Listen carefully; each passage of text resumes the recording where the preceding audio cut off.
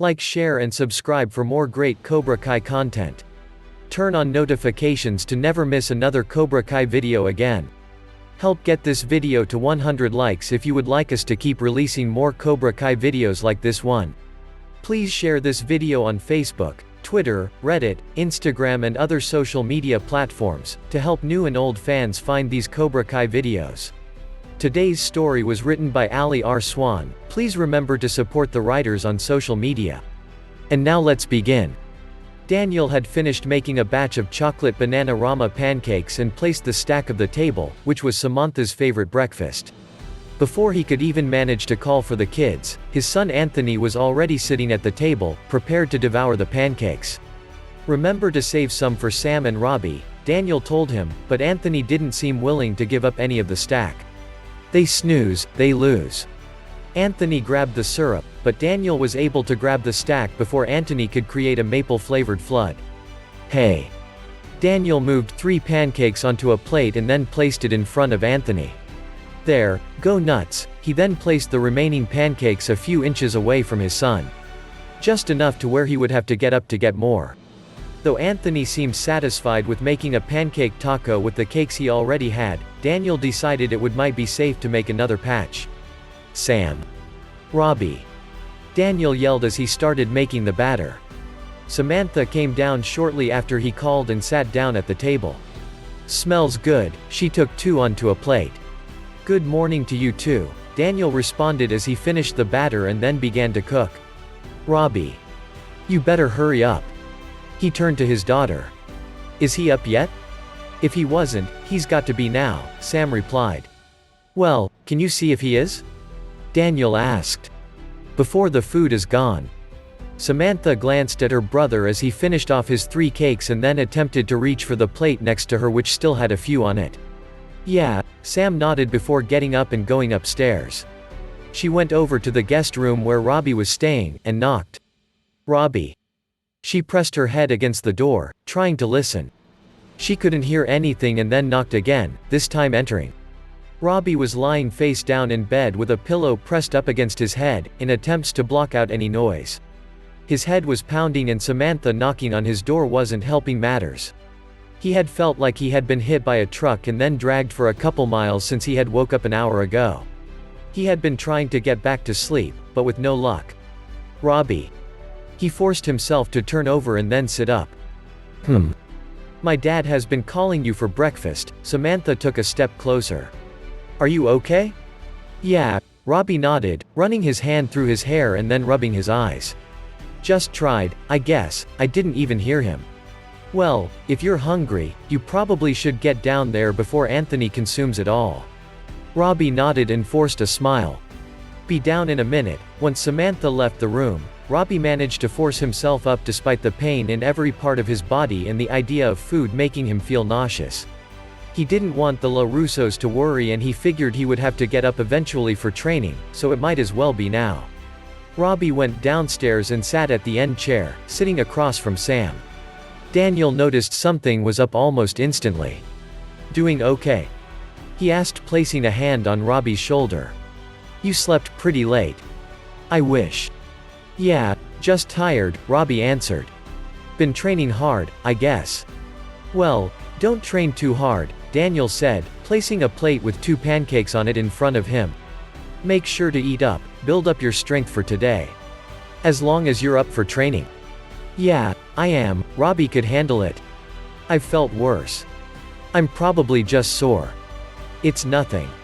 He tried to convince himself, though it was difficult. Once he looked at the food, he felt a knot in his stomach. Remember what he said, Keene. Robby put a little butter and a few drops of syrup on it and taking a bite, his throat burning as he swallowed. He forced himself to take a few more bites before he felt the knot in his stomach grow. Don't like them? Samantha asked, noticing that Robby had barely touched it. No, they're fine, Robby replied. Don't have a big appetite this morning, I guess. He wasn't sure he could manage another bite. You sure you don't want anything else? Daniel offered. I'm fine. Before Daniel could ask anything else, the phone started ringing, which Amanda answered but then handed it over to Daniel. It was a work issue and Samantha had warned Robby that work calls could take a while. Robby decided to take advantage of the opportunity and went to lay down in the living room. He curled up on the couch, attempting to get comfortable. He tried 4 different positions before giving up. Even with the discomfort, Robby managed to fall asleep for a bit, though when he woke up, he felt like it hadn't been more than a few minutes. "You've been out for a while," Daniel said after he managed to wake him. "I figured I'd let you sleep for a bit. Sam and I were going to head out for training." "Oh, right." Robby forced himself to sit up, his mind set on going. "I better change." "Hold up, Robby." Daniel put his hand on Robby's shoulder to stop him. "Are you sure you're up for it today?" Daniel couldn't put his finger on it, but he had this gut feeling that something wasn't right with him. And the idea of him training today only increased that worry. "If you're too tired." "I'm not too tired," Robby cut him off. "I can train, I already told you I'm." Robby was cut off and broke in a harsh coughing fit. When it ceased, Robby put his hand to his chest and sighed, that literally had took the breath out of him. "All right, lay back down." Daniel gently pushed against Robby's shoulder and Robby didn't argue, laying back. Daniel placed a hand on Robby's forehead, his skin feeling clammy and hot to the touch. "You've definitely got a fever and won't be training today." "But Mr. Larusso," Robby wanted to argue. No buts, Daniel was not going to argue nor was he going to change his mind. "You are in no position to train." The last thing he wanted was for something to happen to Robby because he wasn't 100%. He certainly did not want Robby doing anything other than resting if he was sick. Robby nodded, partly because his throat hurt too much for him to continue with an argument. "Now, let's get you upstairs and into bed." "I can manage." Robby noticed Daniel wanted to help him. "I'm not completely helpless. It's just a cold." But it didn't look as though he heard him as Daniel put an arm around Robby and then guided him upstairs. Robby was silently thankful because he started to feel a bit dizzy and had to shut his eyes as they made their way up the stairs. If he hadn't been there, Robby was sure he would have fallen. "How long have you felt sick, Robby?" "Just since I woke up today," Robby answered as he slowly climbing onto the bed. Normally, it wouldn't be a big deal. Robby has gotten sick and carried on as if it was no big deal before. But he hasn't felt this awful since he had mono when he was 11. "I want you to tell me if you start to feel any worse," Daniel putting a blanket over him. "Then, I'll have a doctor come look at you." "You don't have to do that. Just promise, you'll tell me." Daniel wasn't leaving room for Robby to argue. He was genuinely worried and he wanted to keep an eye on this. "Okay," Robby nodded weakly. "But don't whoa." Robby didn't get to finish that statement before passing out from exhaustion. Daniel made sure to get up quietly and then went downstairs. He figured he would leave Robby alone for a bit. He started to clean up the kitchen from the breakfast, when Sam spoke up as she went to help him. "Is Robby okay?" She knew he wasn't, even before she saw her dad take him upstairs. "Just not feeling too well, he'll be fine." Daniel put the dishes in the dishwasher and then turned it on. "If you don't mind, I think it'd be best to cancel training for today and tomorrow." Daniel wanted to keep an eye on Robby nor did he want to teach without his other student. Samantha didn't mind. "Do you think he'll be better in a few days?" "I'm hoping, but we'll see." "Then, is it okay if I go to the mall with Moon and Aisha?" "Made plans already?" Daniel chuckled. "I kind of had a feeling we wouldn't be training today." "Go ahead, have fun." Sam gave her father a hug before going upstairs to get changed to go. Once Samantha had left, Daniel took it upon himself to make a call to a friend for a special favor. He knew Robby could be fine, but he figured it wouldn't hurt to get him checked out. Considering how he came to live with them, who knows the last time that he saw a doctor when it wasn't for an injury of some kind. "Hey, it's been a long time. But can you do me a favor and do a house call?" Daniel, then after that, he decided to make a call to someone else. He knew he would want to know that Robby wasn't feeling well. "I thought you'd like to know that Robby is sick. But you don't have to worry, I will take good care of him." Daniel waited a while before getting a response back. He hadn't expected Johnny to reply back as soon as he did. Johnny had called him and then after a few words exchanged, mostly from Johnny, he said he was coming over before abruptly hanging up. "Johnny." Daniel swore as the phone line went dead. Before he could call him back to reassure him that Robby was fine, he got a text back from the doctor, "I'll be over in an hour." Daniel sighed. "I guess all I can do now is wait." He knew he wouldn't have a choice. Not even 15 minutes later is when Johnny showed up.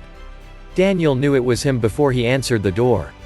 The continuous pounding at the door would have told him he was there even if he hadn't been expecting him. "Where is he?"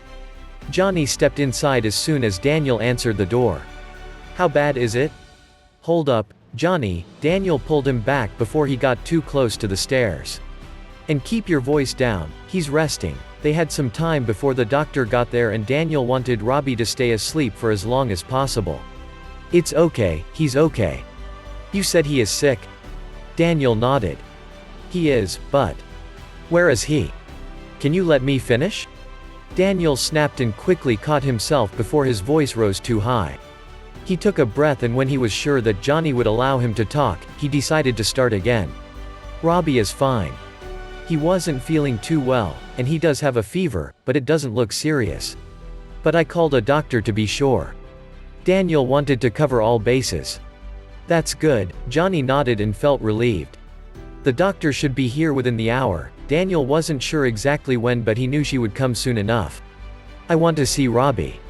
He's asleep right now." "I didn't say I needed to talk to him," Johnny retorted. "Come on, Larusso." He wasn't going to let up until he saw his son and Daniel didn't need to be told twice to know that. Daniel led Johnny up the stairs and towards the guest room where Robby stayed. "Remember," Daniel turned back to Johnny, holding a finger in front of his face to signal him being quiet. "Try not to wake him." He figured the reminder might be useful since Johnny wasn't the quiet type. I know, Johnny resisted the urge to swear at him in annoyance. "Can I go in now?" Daniel nodded and motioned for him to go. He would wait here. Johnny went in and then as quietly as he could, moved a chair by Robby's bed and then sat down. Johnny just looked down at his son, whom was fast asleep. Then he gently reached out, hesitating at first, and then used his thumb to push the hair out of Robby's eyes. "Dad." Robby had opened his eyes a crack, just enough to see that his father was here. "Sorry, I didn't mean to wake you," Johnny sighed. "I wasn't asleep," Robby admitted. He had slept for a bit, but not as much as he would have liked. "What are you doing here?" "I heard you were sick, so I wanted to make sure you're okay." "Not as bad as when I had mono, but pretty close." Robby couldn't forget that. Some girl at school had run up to him and kissed him on the lips. It had been out of nowhere, but Robby hadn't minded at the moment as he came popular for the moment. But then he ended up getting mono because of it. He remembered every horrible minute of it. His mother had stayed with him for a majority of his time sick in bed, but not all of it. He remembered his 11-year-old self wishing for his dad to come by but it never happened. Johnny felt a huge wave of guilt at that mention. He had never known when Robby was sick before. Shannon never gave him the courtesy to tell him such things until years after the fact. Though, it wasn't like he deserved it. He hadn't been there when Robby was born or practically any time after that. Why should I have expected Shannon to tell me? Why would she think I would care?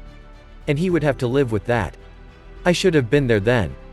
Better late than never, I guess. Robby let a small smile show. He was genuinely happy that he was here now. That even surprised himself. Johnny smiled back. Really late, but he wasn't going to be late again. But yeah, I'm here now, and Johnny wasn't going anywhere anytime soon. "Anything I can do?" "Not make me talk," Robby answered bluntly. "It hurts too much." Johnny nodded. "Got it."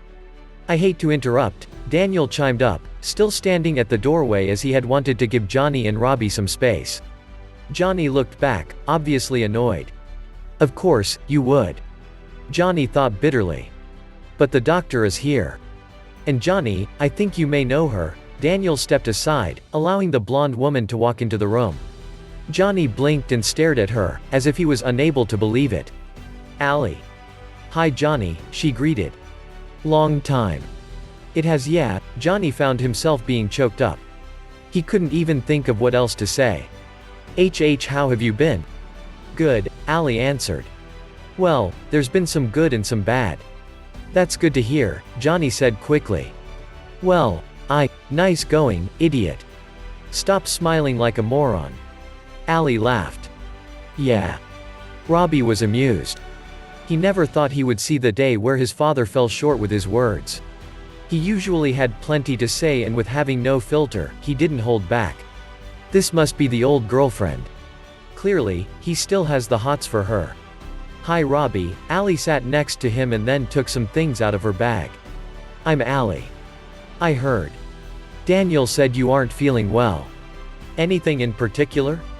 My throat, it hurts to talk and swallow. Robby thought about what was standing out to him the most. But I kind of hurt everywhere. Well, I'll take a look. Ali went looking through her bag and then looked back at Daniel. You said, he has a fever. It felt like it, I didn't actually check. Ali nodded and took out her thermometer first.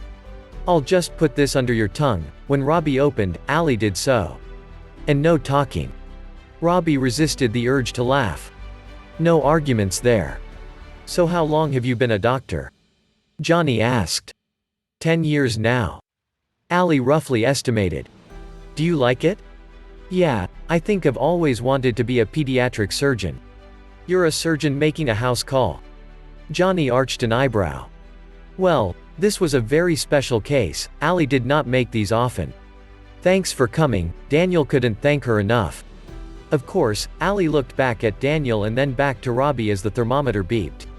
I think I owed you one after I wrecked your car all those years ago. She took the thermometer and read it. You do have a fever, 102.8. Do you have any headaches or dizziness? Robby nodded. Yeah, and he felt utterly exhausted. Any vomiting or nausea? I felt nauseous, but I haven't thrown up, at least not yet. Robby thought. First, I'm going to feel your lymph nodes, Ali warned him before doing so. Ali noticed that they were swollen as she suspected and then went to take out a tongue depressor and a pen light. Now. I'll need to have a look at your throat. Just open wide for me. Robby complied, opening his mouth. Ah, he said and then coughing as Ali finished looking. Well? Johnny asked. What do you think? Daniel took a few steps into the room. I'll have to take a swab to confirm, but it looks like you have strep. Ali said as she then went to take a swab out of her bag. If you'll open again, I'll just take the swab quickly. It'll feel a little uncomfortable, but it won't take more than a few seconds. Robby nodded and opened, shutting his eyes and resisting the urge to gag as he felt Ali swab his throat. They're all done, Ali said, putting the swab in her back. I'll have that tested, and if you do have strep, I'll give Daniel a call and put a prescription in. Thanks for coming, Ali. Daniel was grateful. We really appreciate it. Like I said, I kind of owe you. Well, we're definitely even now. Robby's lucky to have both of you. She could tell they both really cared about him. Ali turned to Johnny. It was nice to see you again, Johnny.